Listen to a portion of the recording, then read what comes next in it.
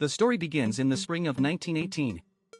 The First World War is in its fourth year, with a stalemate in the trenches.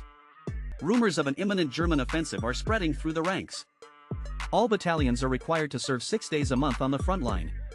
No one knows which men will be there when the attack finally comes. In St. Quentin, northern France, a young officer arrives. This is Second Lieutenant Raleigh, fresh from England. He seeks out his uncle, a general, to ask for a special assignment. Raleigh wants to be placed in a specific company. He wishes to serve under Captain Stanhope, a friend from school. He speaks of Stanhope with great admiration and hero worship. The general warns him that Stanhope's men are about to go through hell. But Raleigh is undeterred, eager to join his hero on the front. Despite his reservations, the general grants his nephew's request. Meanwhile, in the trenches, we meet Lieutenant Osborne.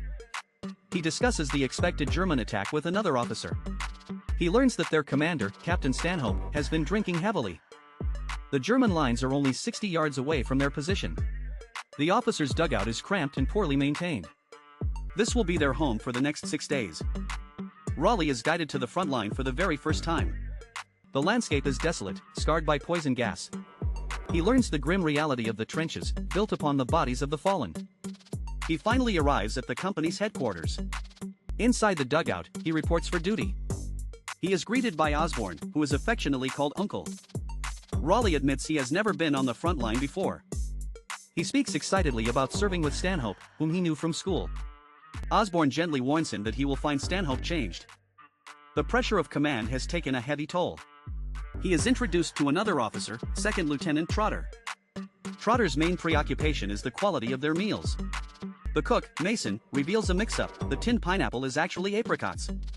Trotter is pleased, preferring apricots anyway. Suddenly, Captain Stanhope enters the dugout. He is visibly exhausted and hardened by his time at war. He is shocked and angry to find Raleigh has been assigned to his company. The atmosphere during dinner is thick with tension. Stanhope's temper flares over the quality of the soup. He angrily sends a runner to another company to borrow pepper. Raleigh is assigned to Trotter's platoon to learn the ropes. Later that night, Stanhope confides his deepest fears to Osborne. He is in love with Raleigh's sister, Madge. He is terrified she will find out how the war has broken him. He doesn't want her to see the man he has become. He admits he cannot stay sane without whiskey to numb the constant strain. He fears Raleigh will write home and expose his alcoholism. Osborne, ever the father figure, tries to soothe him. The next day, intelligence confirms the attack is set for Thursday, March 21st. The orders are clear: they must hold their position for as long as possible. Raleigh sits down to write a letter home to his sister. Stanhope reminds him that all letters must be censored by an officer. Paranoid, he demands to read Raleigh's letter himself. Raleigh refuses, saying it's private, leading to a tense standoff. After Raleigh leaves, Stanhope takes the letter and reads it. He is stunned to find it is filled with nothing but praise for him. Raleigh describes him as the best officer in the battalion, a true hero. Deeply ashamed, Stanhope carefully places the letter in an envelope to be sent. The colonel arrives at the dugout with urgent orders. He wants a daylight raid on the German trenches to capture a prisoner. Stanhope protests, knowing it's a suicide mission, but the orders are final. He must choose 2 officers to lead the attack. The colonel suggests Raleigh, the new man, would be a good choice. Elsewhere, another officer, Hibbert, tries to desert his post, feigning illness. Stanhope confronts him, seeing through the lie. He threatens to shoot Hibbert for cowardice if he doesn't return to duty. Stanhope then confesses to Hibbert that he feels the same terror every day. He explains that they must all endure it together. Stanhope informs Osborne that he has been chosen for the raid. He then tells him that Raleigh will be the other officer. Osborne is shocked that the inexperienced boy is being sent.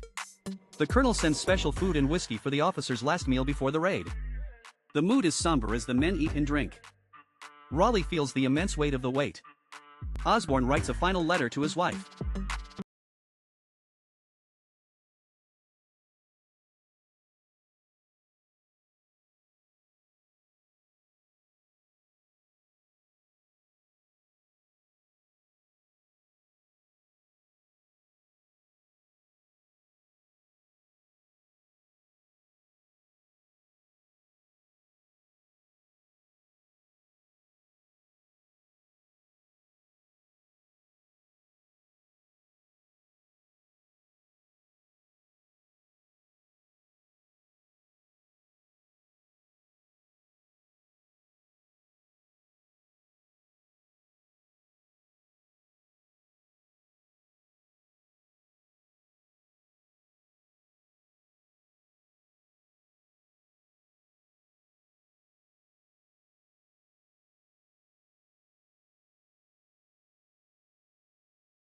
He gives his watch and ring to Stanhope for safekeeping. Osborn and Raleigh wait in the trench for the signal. To pass the time, they talk of home and peaceful things. Osborn describes his favorite walks in the New Forest. He promises to show Raleigh the secret places after the war. The final moment approaches. Osborn tells Raleigh he is glad they are going together. The men wish them luck as they climb the ladder. The smoke bombs are launched, creating a screen. The raid begins. They go over the top. Machine gun fire erupts from the German line. The soldiers push forward through the chaos of no man's land. They reach the German trench and manage to capture a young soldier. The survivors scramble back to their own lines with the prisoner. Raleigh returns, but he has terrible news. He reports to Stanhope that Lieutenant Osborn has been killed.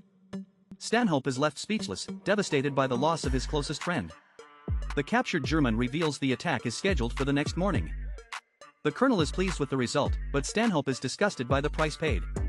Raleigh is recommended for a military cross, but he is inconsolable. Later, the officers try to celebrate their survival, but the mood is dark. Raleigh refuses to join them, choosing to stay with the men. Stanhope, drunk and grieving, orders him to leave. Raleigh confronts Stanhope, accusing him of not caring about Osborn's death. Stanhope explodes, revealing the agony he feels over losing the one man he could trust. The next morning, Thursday, March 21st, arrives. The soldiers wait in the eerie quiet before the storm. They are served a final meal before the attack. Stanhope orders the men to their positions. The German bombardment begins with overwhelming force. The earth trembles as shells rain down on the British lines. The dugout shakes violently, dust and debris filling the air. A message comes for Raleigh to report to the front trench. Moments later, he is carried back down, gravely wounded. A shell has shattered his spine. Stanhope rushes to his side, laying him gently on a bed. He comforts the dying young officer. Raleigh says he feels cold and that it's getting dark. He dies in Stanhope's arms. A sergeant calls for Stanhope. The Germans are advancing. With nothing left, Stanhope leaves the dugout to face the enemy. A massive explosion hits, and the dugout collapses, burying Raleigh. The German spring offensive would last for 3 months. Over 700,000 men from both sides were killed or wounded. The war would finally end on November 11, 1918. If you want a recap of your favorite movies and shows, comment below, and don't forget to subscribe, like, and turn on notifications so you don't miss the next ones. See you next time, everyone.